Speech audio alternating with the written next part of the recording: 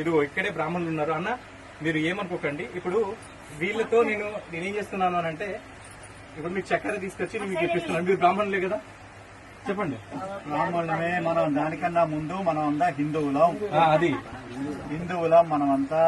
ఏ హిందువు కూడా దూరం పెట్టే ప్రశ్న ఉండదు. హిందువులందరం ఒకటే, అందరం మొక్కేది రాముడికి, అందరం మొక్కేది అమ్మవారికి. కాబట్టి ఒకళ్ళింట్లో ఒకళ్ళు తినడానికి ఎటువంటి అభ్యంతరాలు లేవు.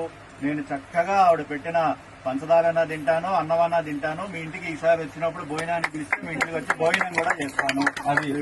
అది మా చెల్లెమ్మ పంచదార పెడతాం, తింటాం. ఇంకోటి పూజ కొంచెం పెట్టు. ఇదే మీరు చూస్తున్నారు కదా, ప్రసాదం లాగా తీసుకొని తింటున్నాం. అది మీరు చూశారు కదా. అమ్మా, మీ అందరికి డౌట్ క్లియర్ అయిపోయిందా?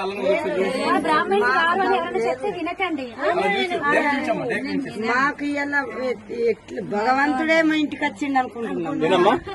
భగవంతుడే మా ఇంటికి వచ్చిండు. వీడికి మా కష్టం కడతేరాలా. మాకు భగవంతుడు మాకు సహకారం కావాలా. మాకు అంత మా కుటుంబం మంచిగా ఉండాలా. మా కొడుకులు, మా బిడ్డలు, మా పిల్లలు అందరు సమారాజ్యం ఉండాలా. అంతే సంతోషం స్వామి.